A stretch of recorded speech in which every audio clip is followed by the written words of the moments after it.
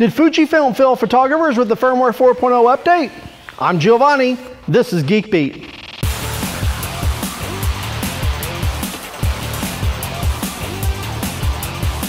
Hey guys, it's Giovanni. I went out and shot a Major League Soccer game a few days ago using the Fuji X-T1 and the new-ish 50 to 140 millimeter OIS lens that Fuji's put out here recently.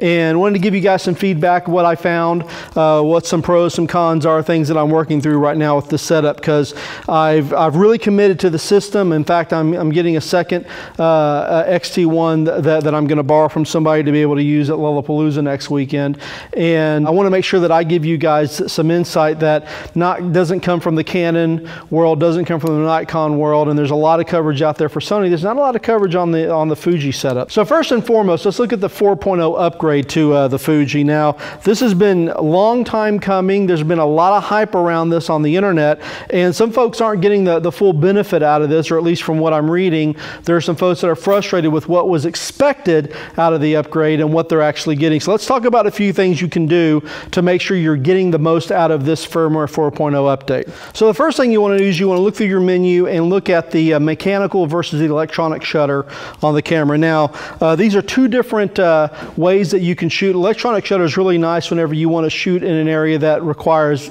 silence, that you don't want to have that shutter sound distracting from what the goings on in the room. However, on the continuous focus, and especially on the Firmware 4.0 upgrade, whenever you're shooting in CL or CH mode, which is continuous low or continuous high mode, if you're using either the mechanical plus electronic shutter mode or just the electronic shutter mode, the camera cannot focus in between and cannot track your subject and keep a good focus going as the subject moves throughout your frame. So absolutely critical that the first thing you do once you upgrade, if you're going to be shooting this for sports, if you're going to be shooting moving subjects, go into your settings, change the setting from electronic or from mechanical and electronic to just mechanical shutter. It's going to give you the ability for the camera to actually track your subject in between your different shots, so that you can make sure you can keep a steady focus throughout several different frames.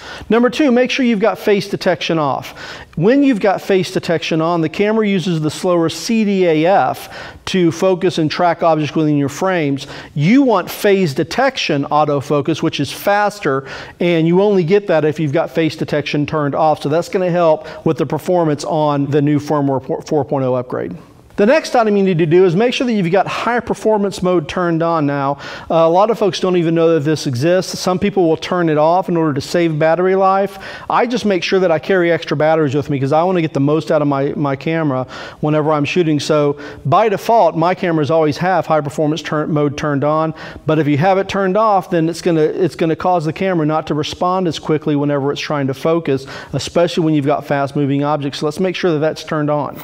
Number four, now your phase detection pixels that are tracking the objects within the frame are centered inside the middle of the frame, so this area right here. So make sure that whenever you're shooting that you're keeping your subject within the center box of the frame. And now that might kind of bum you out because you might want to set something up on your thirds over here or on the thirds over here, but whenever you're using the Firmware 4.0 upgrade and you specifically are tracking something that's moving quickly, especially if it's moving forward or back in the frame, you want to keep that object right in the middle of the frame like this, to make sure that the phase detection system can work. Now, maybe in the future, we will see a Fuji camera that has phase detection throughout the entire frame. Right now, it's not there, so that's a big thing that you can do to make sure that we're tracking properly, especially on fast-moving objects. So a couple of more things. Make sure that you've got your pixel set. Whenever you go into the settings of the camera, you can change how big or how small the pixels are that are using this phase detection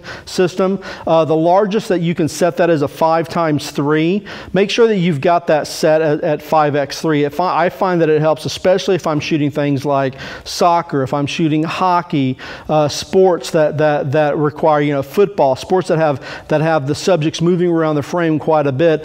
The more space I have inside this phase detection area on the frame that I'm shooting, the more likely I am to be able to grab that subject and keep a tight focus on it. The last thing that I can suggest to you is to make sure that whatever lens you're using, like this is the brand new the 50-140, make sure that the lens has got the latest firmware upgrade to it. We'll send you a link inside the show notes to show how to go and upgrade the firmware on the lenses, but you've got to make sure that that is latest and greatest as well. So those are a few tips about how you're going to get the most out of the firmware upgrade. I will show you here before we leave in this segment of the show some of the images that I took with this brand new lens. Now, a couple of things that I found with the lens. Number one, it does come with an attachment on the bottom that allows you to attach this to a monopod or a tripod. Highly suggest that, because without that, this camera is you know, pretty unbalanced, because you've got all the weight of the lens up front. If you had the battery grip, which I don't use on this camera, if you had that battery grip on here, that would help with the balance.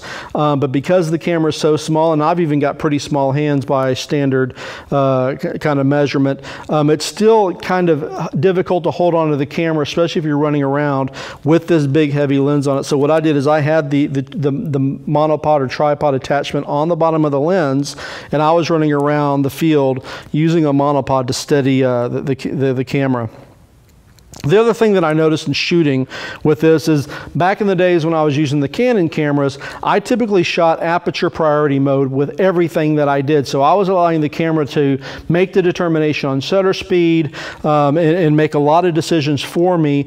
I was controlling aperture whenever I would shoot, and aperture for the most part was the only thing that I would change during a shoot.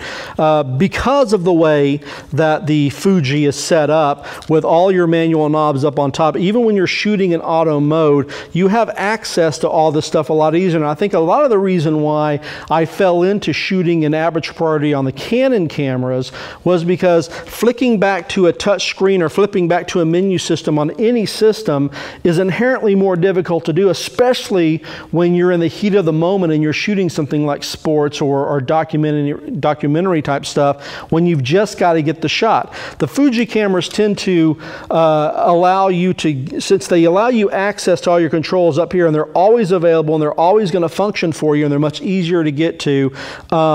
I tended to, when I started with this system, always shoot in manual mode.